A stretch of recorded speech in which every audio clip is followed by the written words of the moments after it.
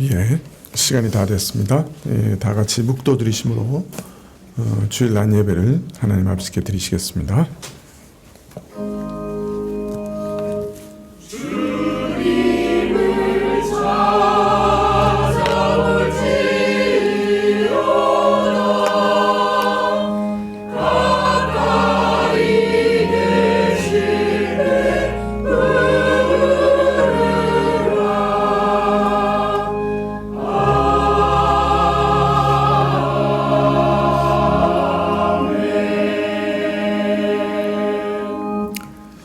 이스라엘아, 여호와를 바랄지어다.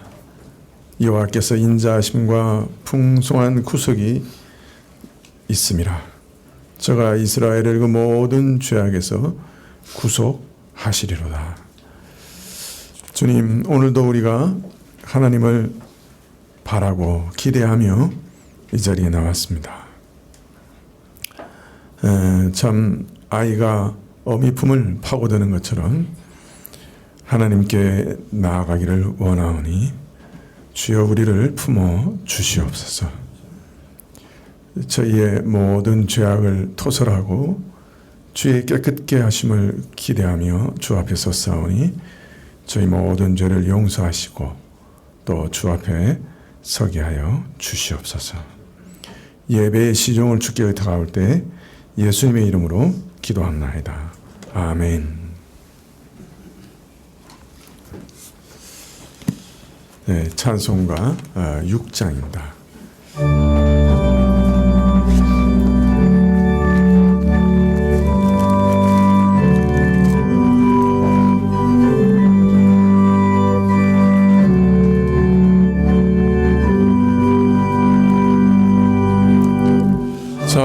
찬양 성부 성자 성령 삼위일체 신께 영세 무궁 아기까지 영광을 돌리세. 영광을 돌리세.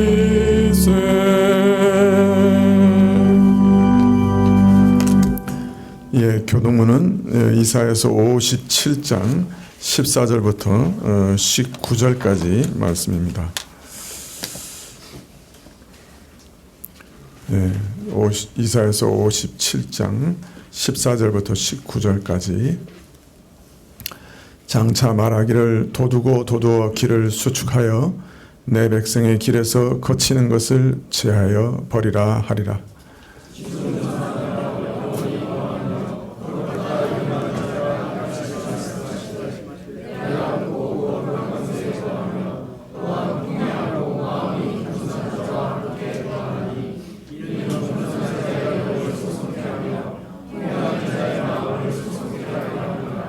내가 영원히는 다투지 아니하며 내가 장구인은 노하지 아니할 것은 나의 지은 그 영과 혼이 내 앞에서 곤비할까 함이니라.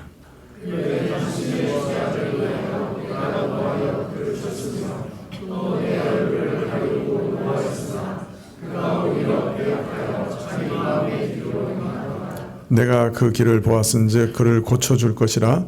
그를 인도하며 그와 그의 슬퍼하는 자에게 위로를 다시 얻게 하리라. 입술에 열매를 짓는 나 여호와가 말하노라. 먼데 있는 자에게든지 가까이에 있는 자에게든지 평강이 있을지어다. 평강이 있을지어다. 내가 그를 고치리라 하셨느니라. 아멘. 예, 사도신경으로 신앙 고백을 드리겠습니다. 전능하사 천지를 만드신 하나님 아버지를 내가 믿사오며 그 외아들 우리 주 예수 그리스도를 믿사오니 이는 성령으로 잉태하사 동정녀 마리아에게 나시고 본디오 빌라도에게 고난을 받으사 십자가에 못 박혀 죽으시고 장사한 지 사흘 만에 죽은 자 가운데서 다시 살아나시며 하늘에 오르사 전능하신 하나님 우편에 앉아 계시다가 주로서 산자와 죽은 자를 심판하러 오시리라. 성령을 믿사오며 거룩한 공예와 성도와 서로 교통하는 것과 죄를 사하여 주시는 것과 몸이 다시 사는 것과 영원히 사는 것을 믿사옵나이다. 아멘. 네, 찬송 27장입니다.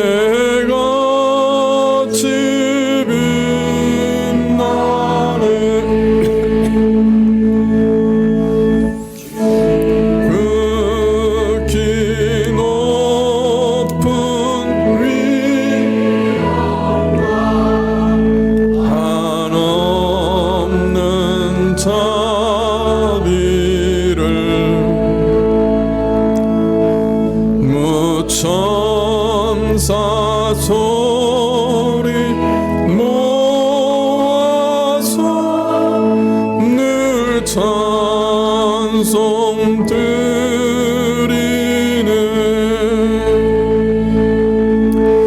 늘 찬송 드리네. 영주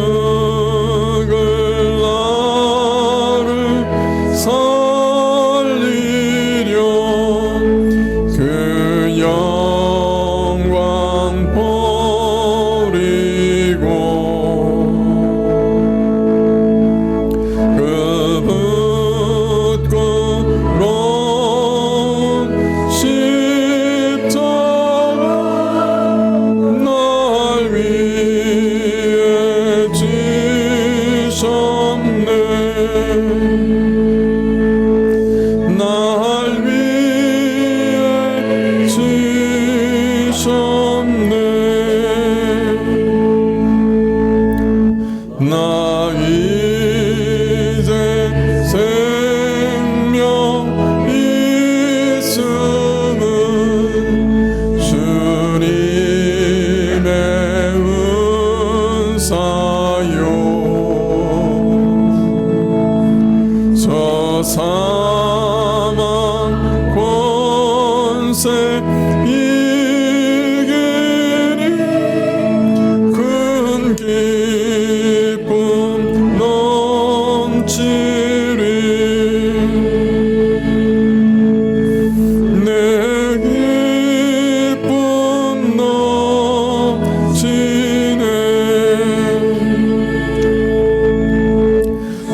주님의 보좌 있는데 천한 몸 이르러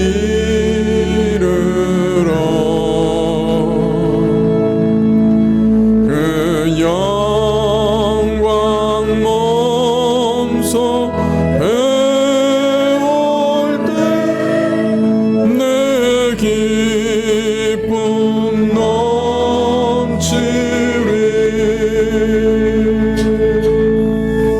내 기쁨 넘치리.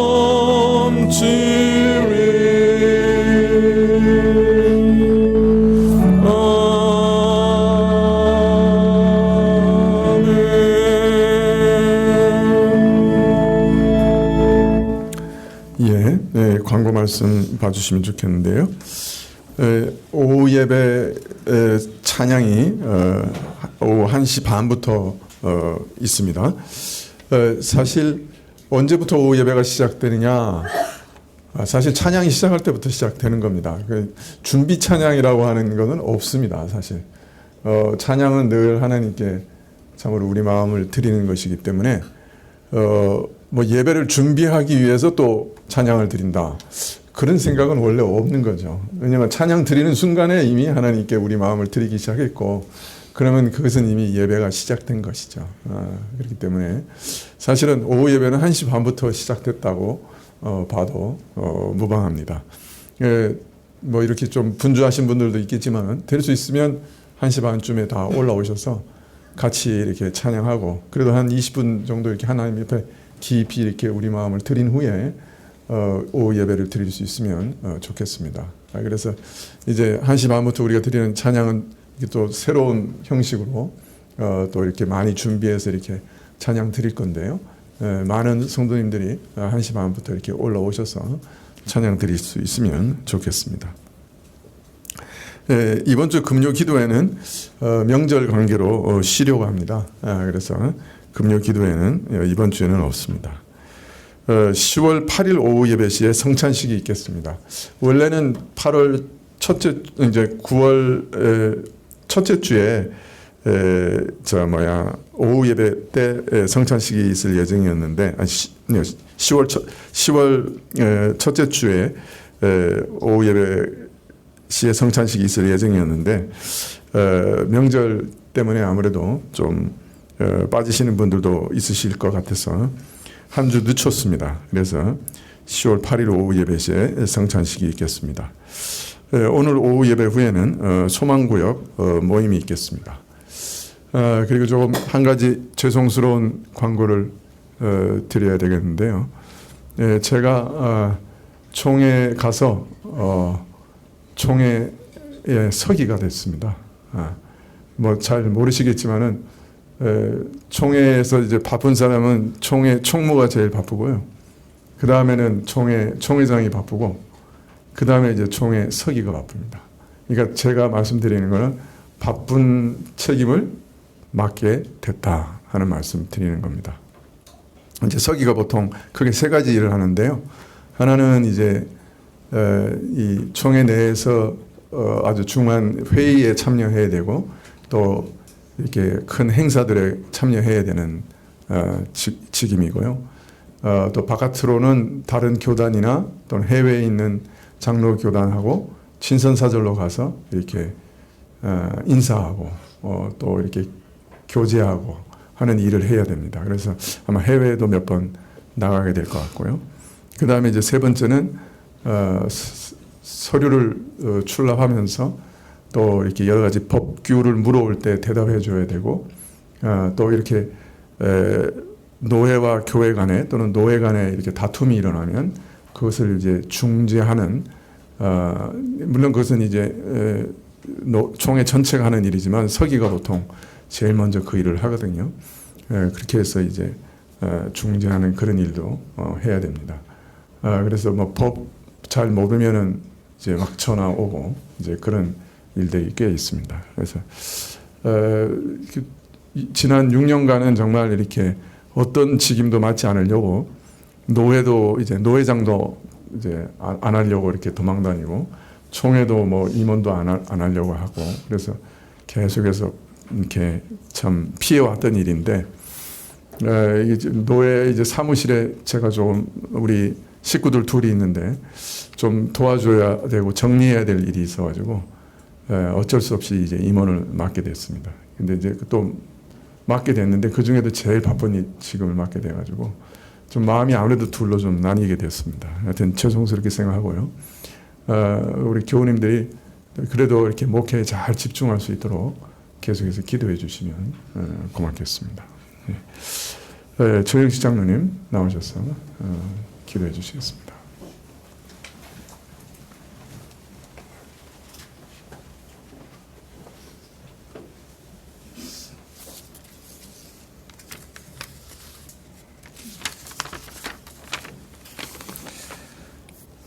다 같이 기도 드리시겠습니다.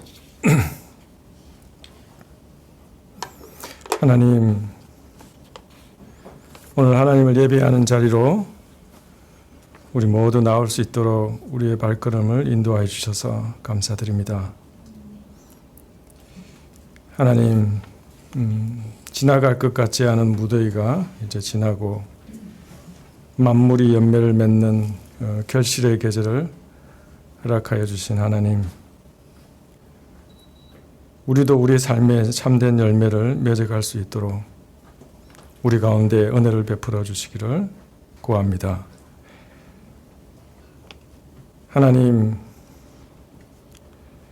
거룩한 영이 함께하여 주셔서 하나님이 기뻐하시는 성령의 열매를 하나라도 맺을 수 있도록 하나님 은혜를 베풀어 주시고, 하나님을 사랑하고 이웃을 사랑하는 조그마한 열매라도 맺을 수 있도록 하나님 우리 가운데 은혜를 베풀어 주시기를 간절히 구합니다.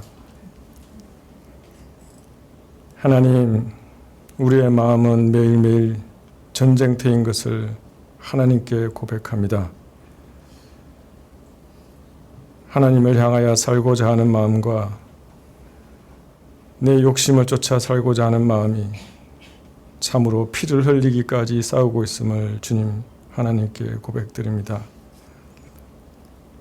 하나님, 이 전쟁터에서 하루에도 수십 번 부딪히는 선택과 결정의 순간에 하나님 우리와 함께하여 주옵소서. 그래야 하나님을 사랑하고 이웃을 사랑하는 것을 붙잡을 수 있도록 우리가 참되고 생명이 있고 영원한 것을 붙잡을 수 있도록 하나님 우리를 도와주시옵소서. 하나님의 성령께서 우리와 함께하여 주시기를 간절히 구합니다. 하나님, 여호수아와 갈렙처럼 주변 상황과 여건을 보지 않고 하나님의 약속과 하나님의 말씀을 붙잡게 하여 주시기를 간절히 구합니다.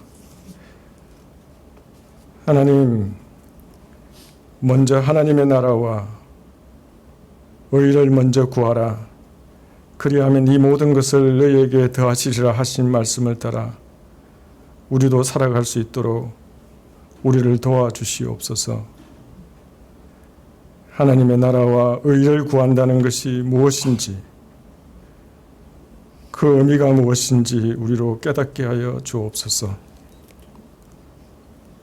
하나님, 매일 우리 안의 전쟁터에서 선한 싸움에서 승리할 수 있도록 우리 가운데 은혜를 베풀어 주옵소서. 그리하여 우리 삶에 하나님께서 역사하신 흔적이 하늘로부터 오는 작은 열매가 쌓여갈 수 있기를 간절히 소망합니다. 하나님, 이 민족교회도 이러한 싸움을 포기하지 않게 하여 주시고 승리할 수 있도록 붙잡아 주시고 은혜를 베풀어 주옵소서.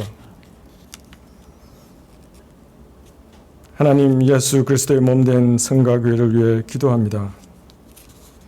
추석 연휴 기간 교우들의 오고 가는 발걸음과 건강을 지켜주시고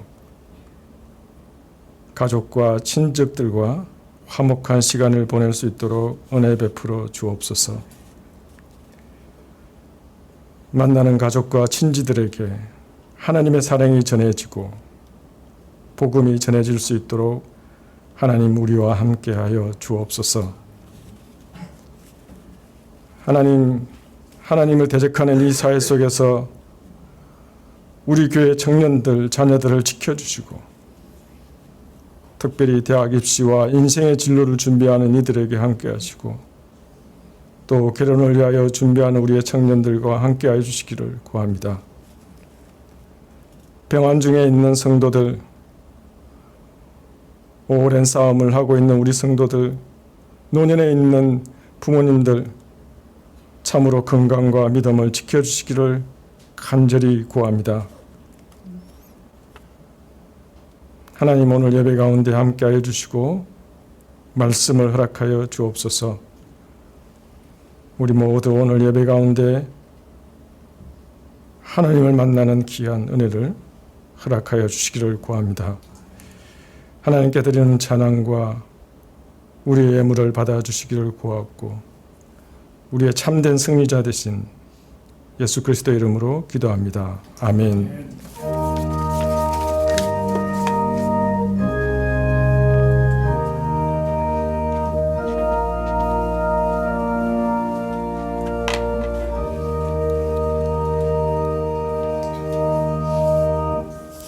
예, 말씀은 골로새서 3장 22절부터 4장 1절까지입니다.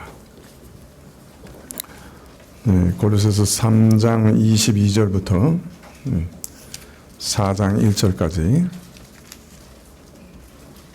신약 327쪽입니다. 골로새서 3장 22절부터 4장 1절. 종들아 모든 일에 육신의 상전들에게 순종하되 사람을 기쁘게 하는 자와 같이 눈가림만 하지 말고 오직 주를 두려워하여 성실한 마음으로 하라. 무슨 일을 하든지 마음을 다하여 주께 하듯 하고 사람에게 하듯 하지 말라. 이는 유업의 상을 주께 받을 줄 알미니 너희는 주 그리스도를 섬기느니라. 불의를 행하는 자는 불의의 보응을 받으리니 주는 외모로 사람을 취하심이 없느니라. 상전들아 의와 공평을 종들에게 베풀지니 너희에게도 하늘에 상전이 계심을 알지어다. 아멘.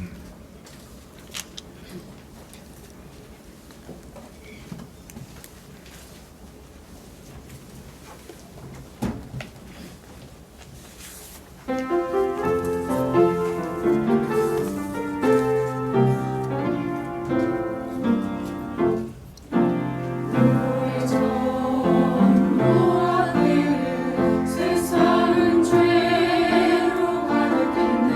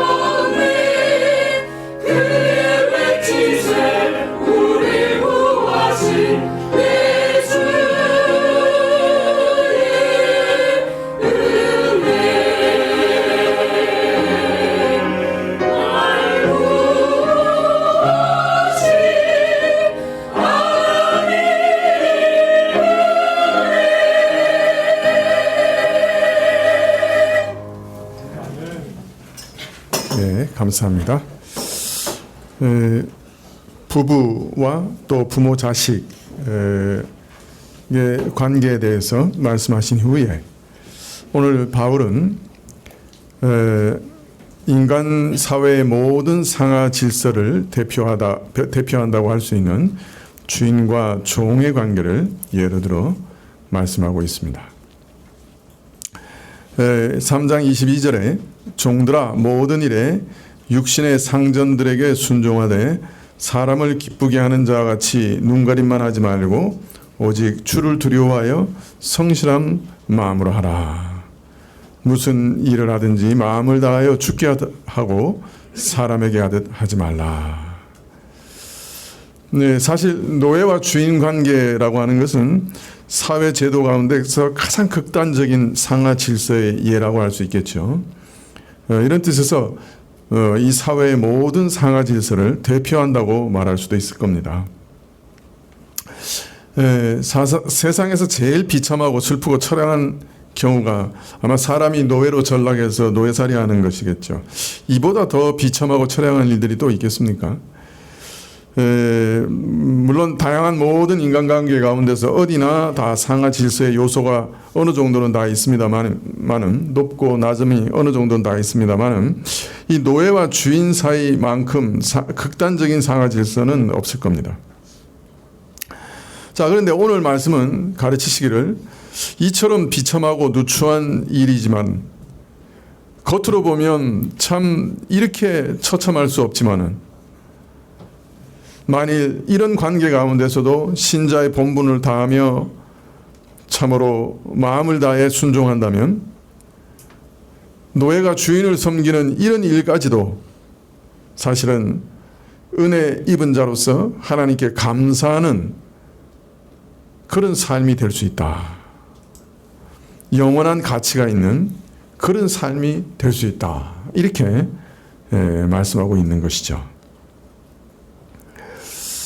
그 가치 있는 삶에 대해서 영원한 가치 있는 삶이 되기 위해서 어떤 마음으로 순종해야 되는가?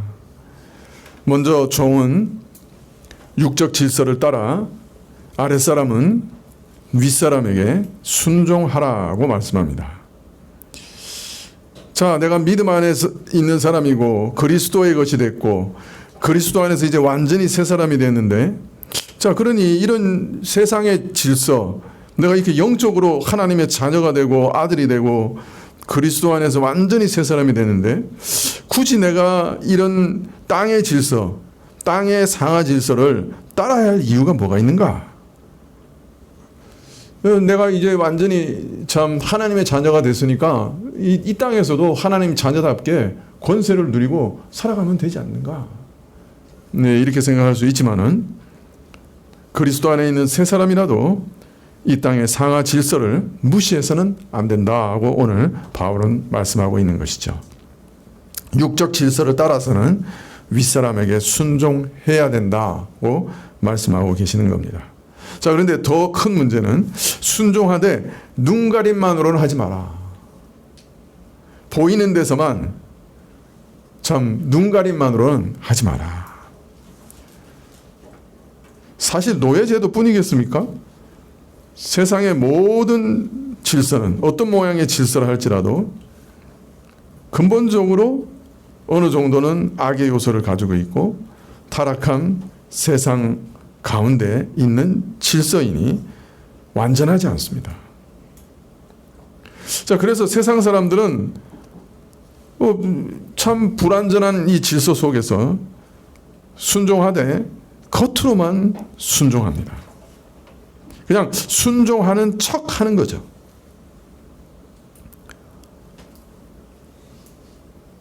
위의 사람도 참 위의 사람답지 않고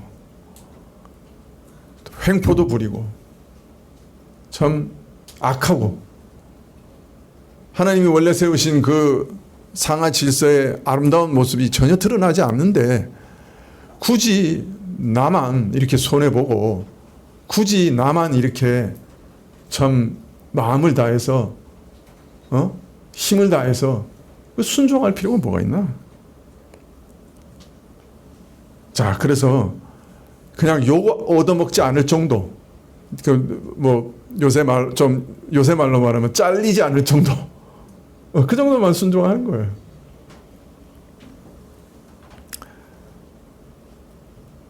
그러나 믿는 자는 눈가림만의 순종으로 하나님 앞에 설 수 없다 그래. 우리는 신령한 나라에 속한 믿는 자이기 때문에 하나님 앞에서 눈가림만 하는 그런 형식적인 순종으로는 하나님이 기뻐하지 않으신다고 그렇게 말합니다.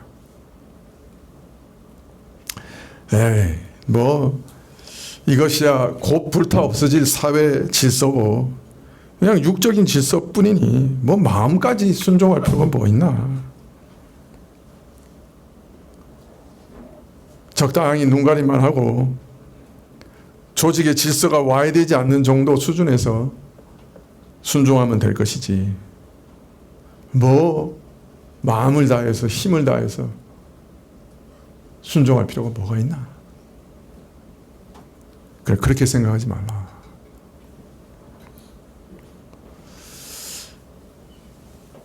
더 중요한 것은 사람을 기쁘게 하기 위해서 순종하지 마라. 그저 사람을 기쁘게 하려는 태도로 사람 앞에서 순종하는 척 해서는 안 된다. 사회생활이야 신앙생활하고 무관한 것이고 그저 여기서야 인간적 차원에서 상관 잘 모시면 되지. 그저 그 마음에 들도록 그냥 그 앞에서 잘하면 되지. 뭘 마음을 다해서 참 하나님을 기쁘시게 하는 그 태도로 온 힘을 다해서 그렇게 할 필요가 뭐가 있나.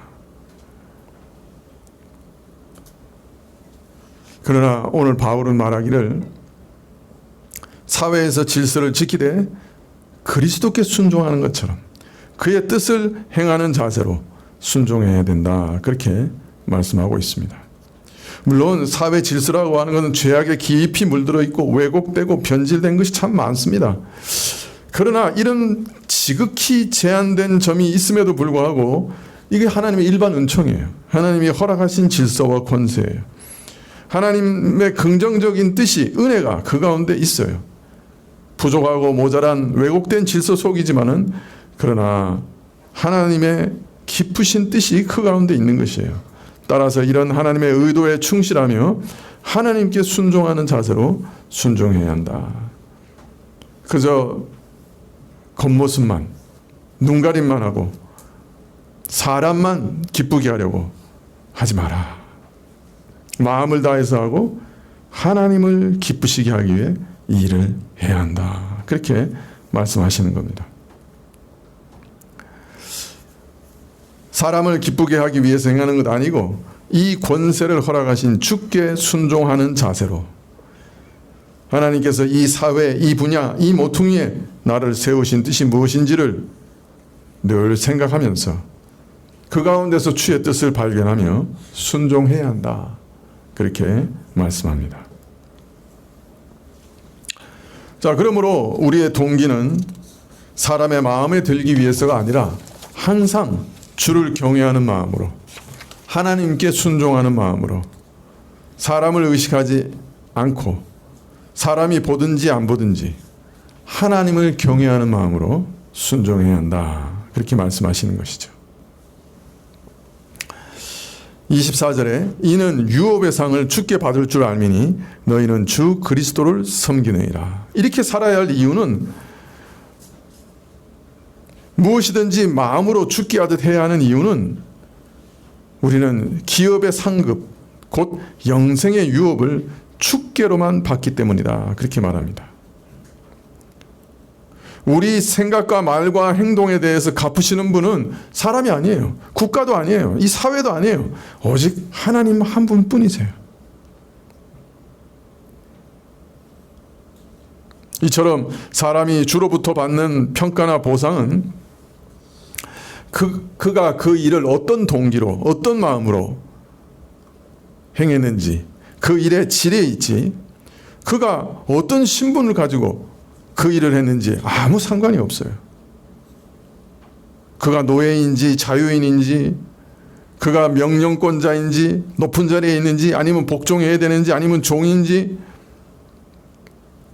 그거 하나님 앞에서는 아무 상관없어요. 그거 세상 사람들에게만 중요할 뿐이에요. 하나님 앞에서는 아무 의미 없어요. 물론 높은 자리, 권세 있는 사람, 더 많은 사람을 섬길 수 있는 기회가 있는 것 분명합니다. 그래서 신자들도 그런 기회가 오면 주저하지 말고 그 기회를 잘 활용하라고 그렇게 저는 권면드리고 있습니다. 그렇지만 하나님 앞에서는 높고 낮은 자리는 아무 의미 없어요.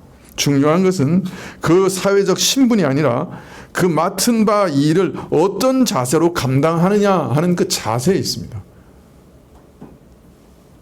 그래서 칼빈이 늘 그랬죠. 청소하는 사람은 하나님의 마당을 쓰는 것처럼 청소하라.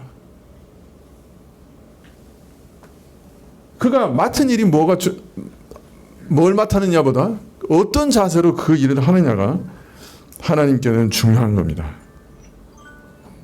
그가 행한 일의 질과 그가 행하는 일의 동기와 그가 행하는 일의 자세, 그가 선하게 하느냐 악하게 하느냐, 주께 합당하게 하느냐 그렇지 않느냐, 그것이 중요한 것입니다.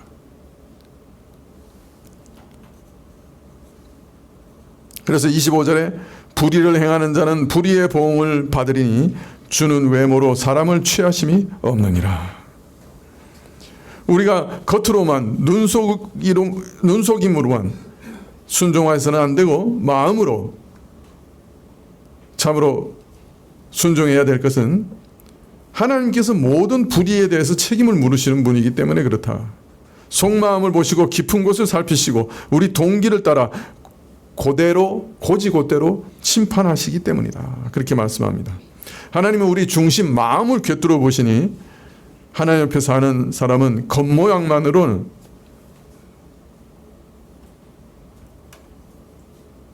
아무 의미가 없는 것이에요. 아무 소용이 없는 것이에요. 하나님께서는 그것을 가치 있다고 여겨주시지 않는 거죠. 우리가 사회생활 그러면 거의 우리 인생의 거의 태반인데, 그런데 그 태반이 하나님 보시기에 아무 가치 없는 삶이 될 수도 있어요. 또 어떤 경우에는 그 삶이 남들이 보기에는 참 다 똑같은 일을 똑같이 하는데 영원한 가치를 가진 그런 삶이 될 수도 있는 거예요.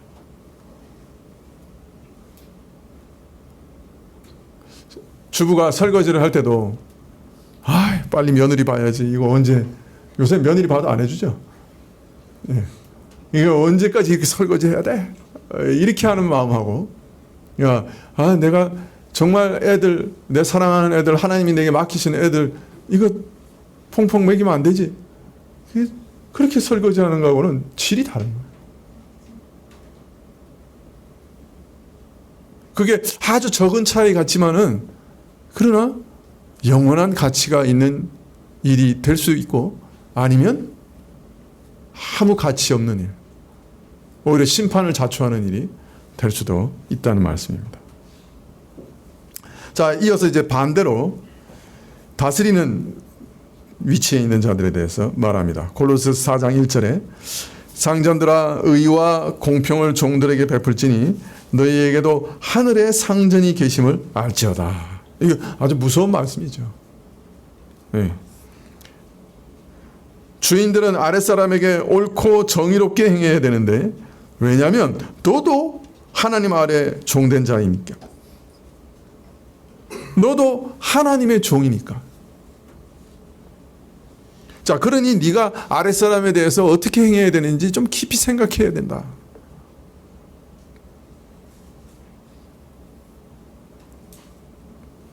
네, 조금 전에도 말씀드렸지만 주님 앞에서 의미 있고 중요한 것은 사회적 신분이 아니라고 말했죠. 선하게 행했느냐 아니냐. 자, 위의 사람으로서, 권위 있는 사람으로서 선하게 행하는 일은 어떻게 하는 겁니까? 하나님께서 아랫사람을 다스리고 피조물을 대하듯이 아랫사람을 대하는 거죠. 왜? 우리가 다 하나님의 종이 이런 것을 인식해라 하는 말은, 그죠? 하나님께서 우리를 다스리는 그 방식을 잘 기억해라, 그런 뜻도 그 안에 들어있는 거죠. 하나님께서는 어떻게 피조물을 대하십니까? 편벽되게 대하지 않으십니다. 억울하게 하시지 않습니다. 착취하지 않으십니다. 항상 은혜와 긍휼과 선의를 가지고 대하십니다. 특별히 의롭게 행하십니다. 만일 하나님께서 이 피조물들을 착취하신다면 그 무서운 일이 되겠죠. 하나님께서 이 피조물들을 억울하게 한다고 하면 참 무서운 일이 되겠죠. 하나님께서 이 피조물들을 불의하게 대하신다고 하면 참 무서운 일이 되겠죠. 그러므로 이러한 하나님 아래에 있는 종으로서 너희도 하나님처럼 다른 사람을 대해야 한다.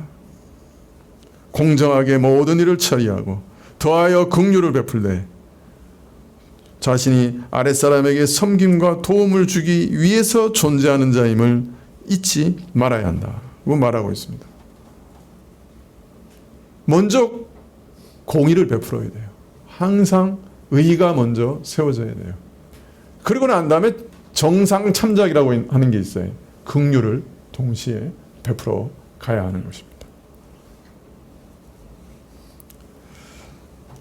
노예들이나 상전들이나 모든 사람의 진정한 주인이신 분이 하늘에 계십니다.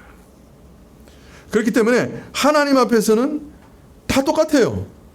그의 종일 뿐이에요. 높고 낮음이 없어요. 아무리 높은 사람이도 그 하나님의 종이에요.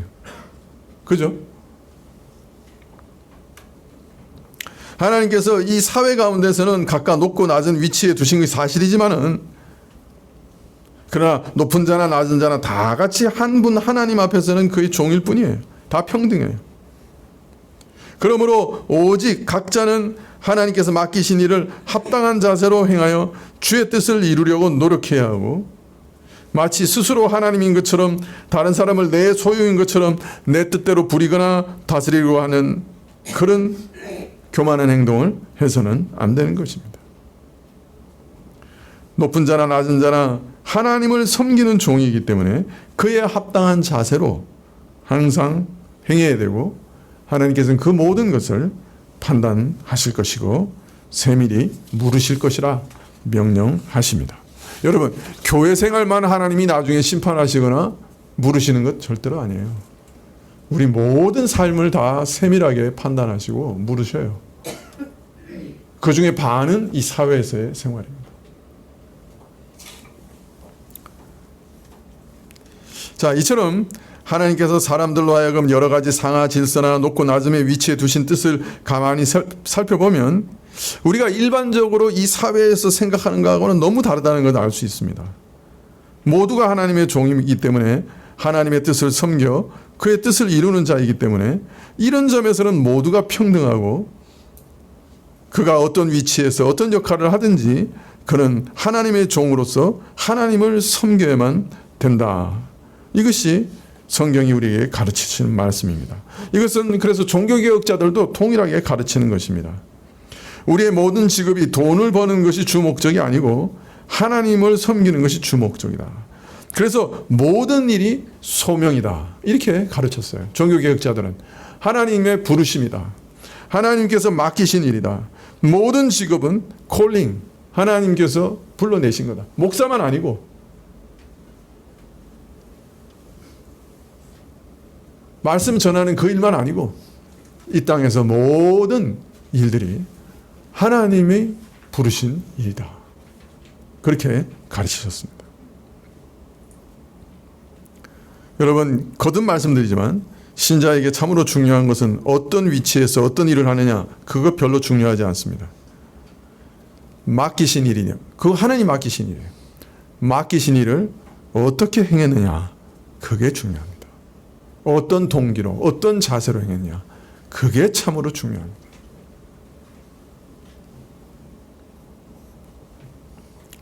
또 높은 자의 위치라는 것도 이 일반 사회에서 이해하는 것하고는 너무나 다릅니다. 권세가 다른 사람 위에 군림하고 자기를 섬기도록 강제하고 다른 사람을 내 마음대로 부리는 것, 그렇게 생각하는 것이 이 사회입니다. 그러나 하나님께서 높은 위치, 다스리는 위치에 두신 것은 그로 하여금 모든 사람을 섬기도록 하기 위해 그 위치에 두신 겁니다. 진정한 권위와 권세의 뜻은, 목적은 남을 섬기고 남을 유익하게 하는 것입니다. 따라서 권세와 권위를 사적인 목적 달성을 위한 도구로 사용하면 그 심판받게 되어 있습니다. 이게 무슨 뜻인지 아시겠죠?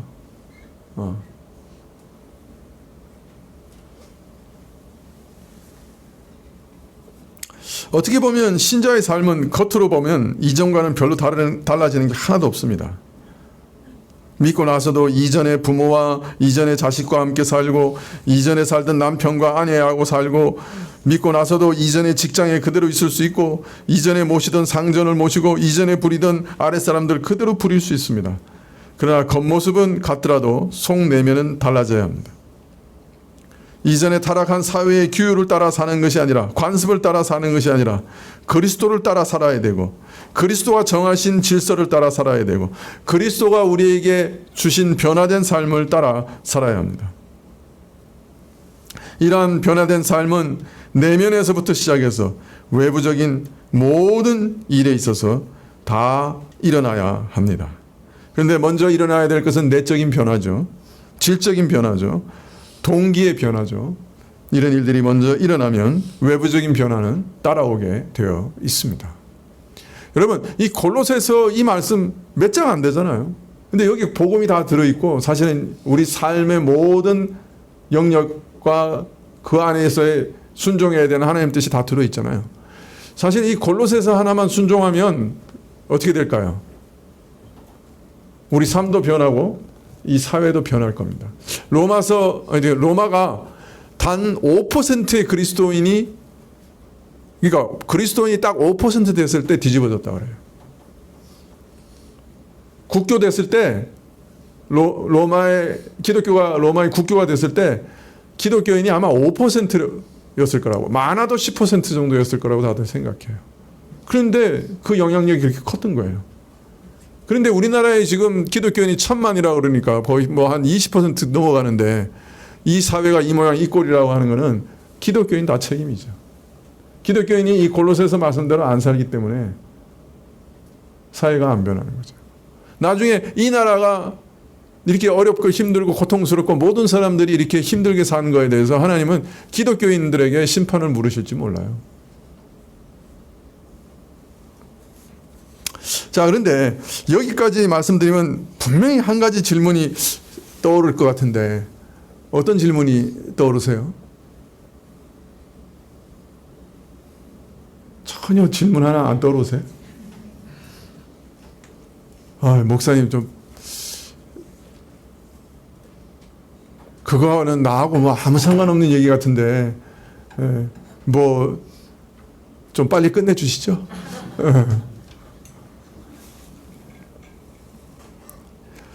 여러분, 왜 바울은 이런 불의한 노예제도를 용인하는 것 같은 말씀을 할까요? 여러분, 마음으로 그냥 외모만 아니고 온 힘을 다해서 주인을 순종해, 이러면 이거 노예제도를 고착시키는 거지. 그렇지 않아요? 아니, 그 악하고 그 타락한 노예제도를 왜 타도하라고 말씀하지 않으시는 거죠?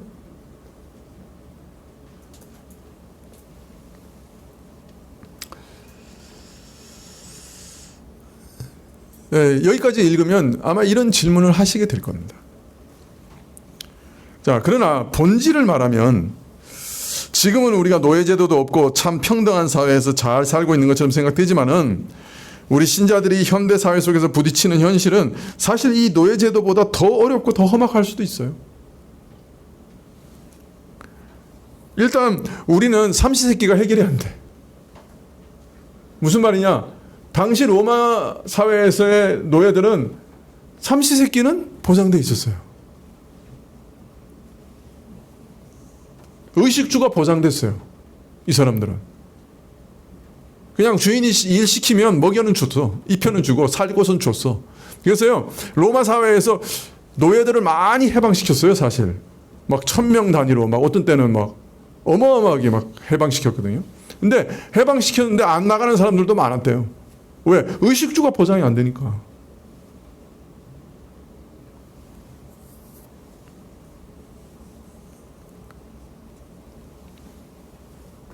지금 우리는 의식주를 보장받기 위해서 치열하게 일종의 종살이를 다 하고 있지 않습니까?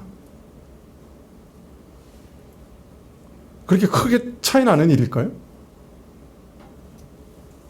또 우리 대부분은 오늘날도 여전히 불신자와 함께 불의한 사회 속에서 제도처럼 불의한 제도 속에서 여전히 살아가고 있습니다.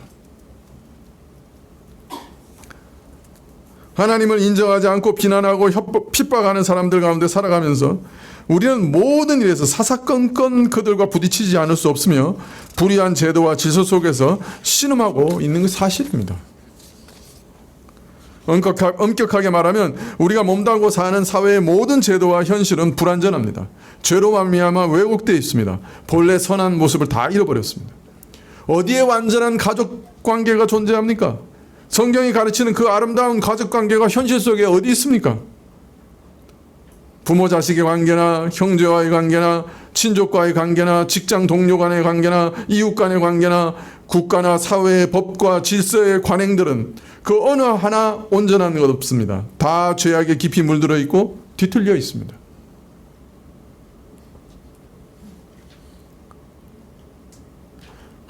국민을 좀 편하게 살게 하려고 얼마나 노력하고 잘 살게 하려고 얼마나 노력합니까? 국회의원들이 법을 만듭니다. 근데 나중에 보면 부작용이 더 심해요.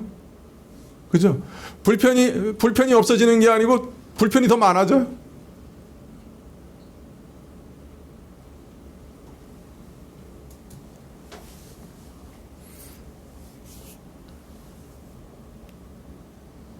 어느 하나 온전한 것이 없습니다. 다 죄악에 깊이 물들어 있고 뒤틀려 있습니다.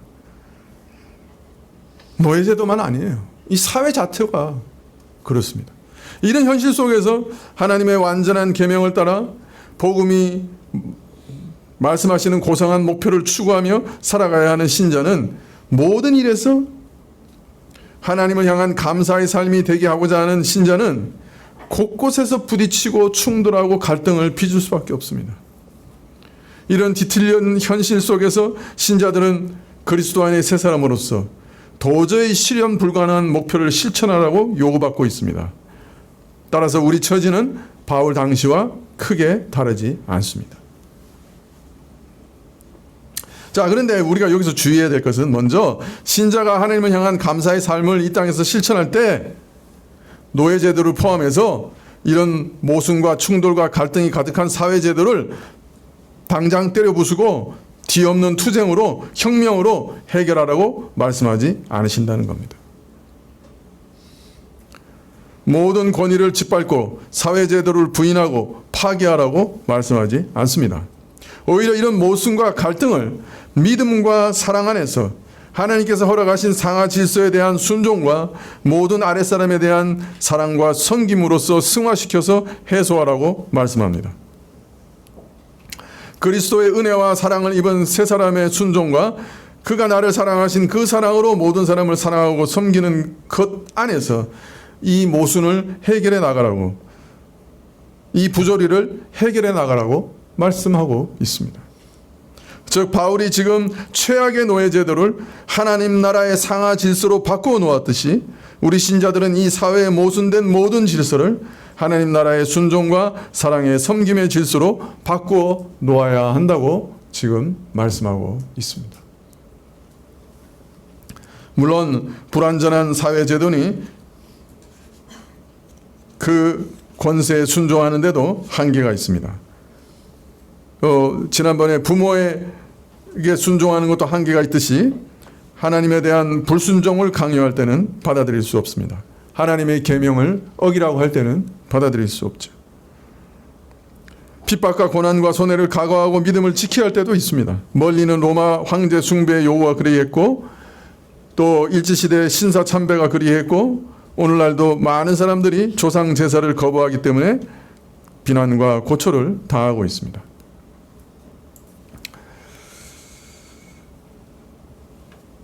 더하여 사회의 이런 불완전하고 모순된 현실 속에서 믿음과 사랑으로 복음의 목표를 실현한다고 할 때 노예제도나 여러 사회 모순과 병폐를 영원히 방치하라 하는 뜻은 결코 아닙니다. 고린도전서 7장 21절에 보면 내가 종으로 있을 때 부르심을 받았느냐 염려하지 말라. 그러나 자유할 수 있거든 차라리 사용하라. 그렇게 가르치십니다. 노예 신분에서 믿게 됐느냐 너무 염려하지 마라. 왜냐하면 노예 신분 가운데도 하나님을 섬기는 거룩한 삶을 얼마든지 살 수 있다. 오늘 말한 말씀 속에서 하나님 나라의 백성으로서 얼마든지 노예로 살아갈 수 있다. 그러니까 너무 염려하지 마라. 그러나 노예로 있을 때 믿게 되었다고 해서 평생 노예로 살아야 된다는 말은 결코 아니다. 노예 신분을 벗어날 기회가 생기면 얼마든지 사용해라. 자유할 수 있거든 얼마든지 자유해라. 다른 말로 말하면 이 사회적 모순이나 불완전한 악한 현실이 개선되기를 바라고 노력하는 일은 결코 잘못된 일이 아니다 라고 가르치고 계십니다. 그러므로 신자는 잊지 말아야 됩니다. 현실의 모습은 늘 온전치 못합니다. 그러나 그 질서를 존중하며 오히려 신자는 믿음과 사랑 안에서 그 본질을 바꾸며 이 땅에서 하나님 나라를 실현하려고 노력해야 합니다. 그래서 오늘 말씀에서도 노예제도를 타파하라고 말씀하지는 않는 것입니다. 오히려 노예제도를 철폐함이 아니라 오히려 그 본질을 바꿈으로 그리스도의 통치가 이 땅에서도 고상하게 이루어지게 하시는 목표가 있는 것이죠. 그래서 겉으로 보면 분명 노예 순종이지만 그러나 그 내면은 하나님의 뜻을 따라 하나님께 순종하는 고상한 일이 될 수 있는 것입니다. 또 주인은 실제적으로는 노예가 아니라 한 형제된 자로서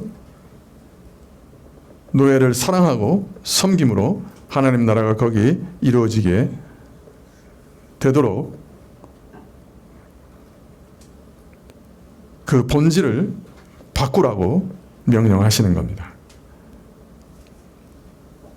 그래서 형식은 노예제도가 남아있지만 본질에서는 노예제도가 먼저 다 사라져버리게 하셨던 것이죠. 또 그 이후에 때가 됐을 때 사실 노예제도를 다 없앤 것은 신자들의 힘이 컸던 것이죠. 신자들은 끊임없이 노력했고 그래서 이 사회에서 노예제도를 폐지하게 됐던 것입니다.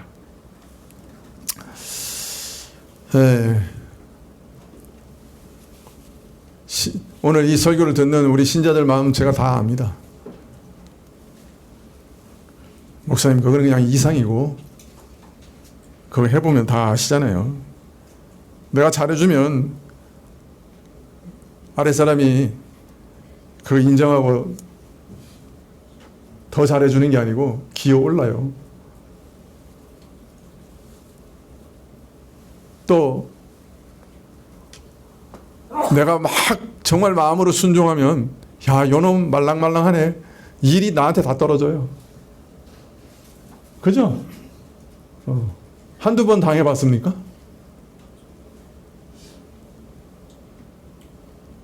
그러니까 제가 몇 번 이런 거 설교했지만은 목사님 그냥 목사님 이상으로 가지고 계세요. 이 사회에서는 그거 안 돼요. 그렇게 생각하시리라 짐작이 됩니다. 뭐 해보겠다고 발을 딱 떼는 순간에 이미 뒤통수 맞는 게 오늘 말씀입니다. 사실은 그렇습니다. 해보겠다고 딱 발자국을 떼면 뒤통수 맞습니다. 각오하셔야 돼요.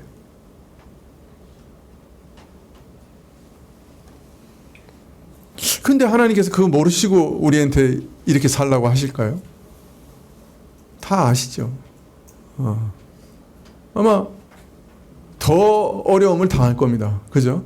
충성하면 더 다른 사람보다 3배, 4배 아니 10배 일이 떨어질 겁니다. 잘해주면 이용하려고 할 겁니다.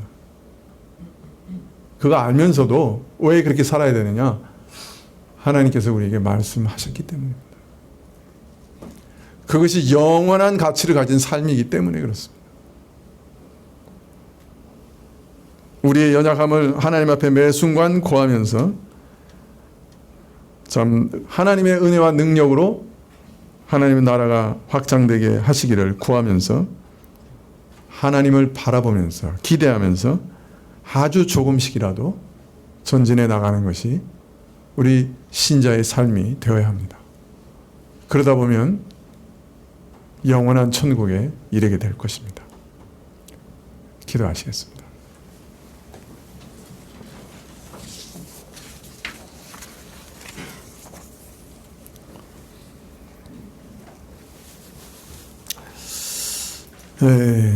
참 이 사회 안에 있는 거대한 세력, 악의 세력,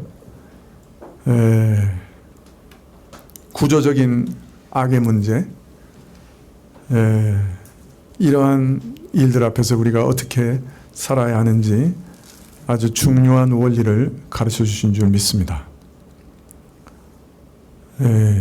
참 그 구조적인 악의 세력 가운데서도 하나님의 말씀을 따라 하나님의 나라를 이루어 가야 하고 또 그것을 개선할 수 있는 방향으로 늘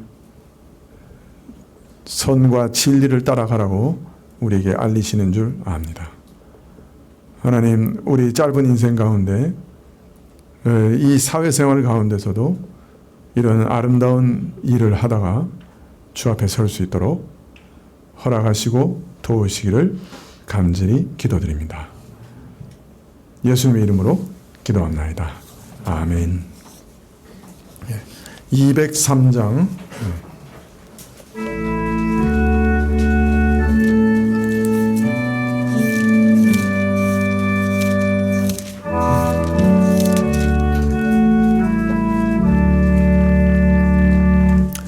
나 행한 것으로 구원을 못 얻고 이 육신 힘껏 애써도 죄 씻지 못하네. 나 혼자 힘으로 내 주를 못 뵙고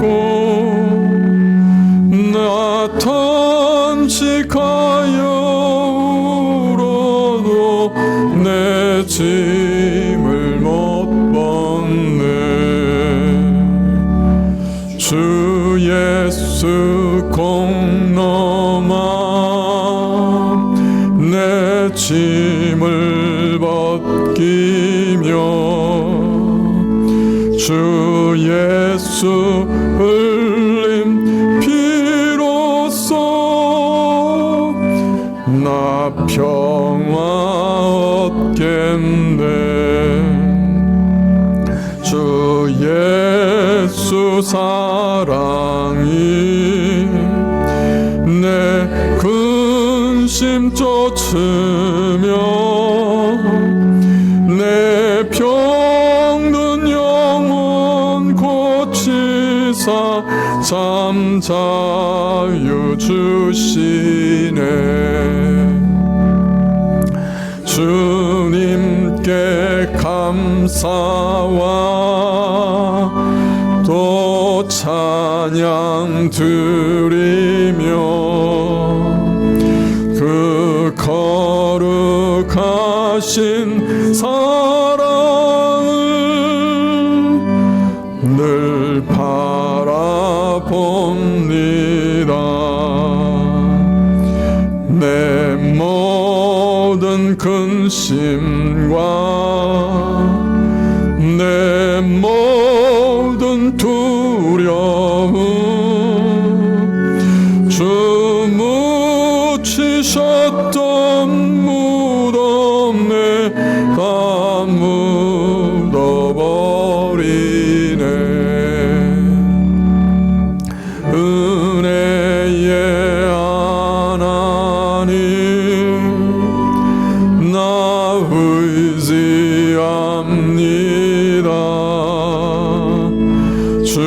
주 예수 나를 부르사 자녀로 삼았네. 그 사랑 크시니 나 주를 기리고 주 다시 사시었으니 나 다시 살겠네.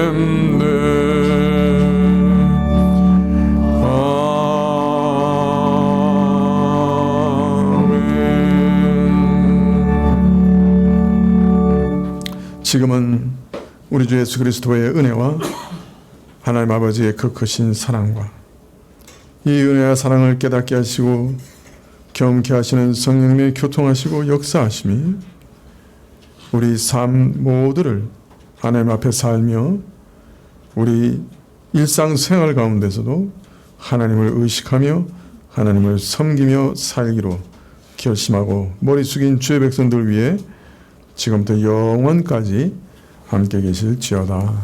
아멘.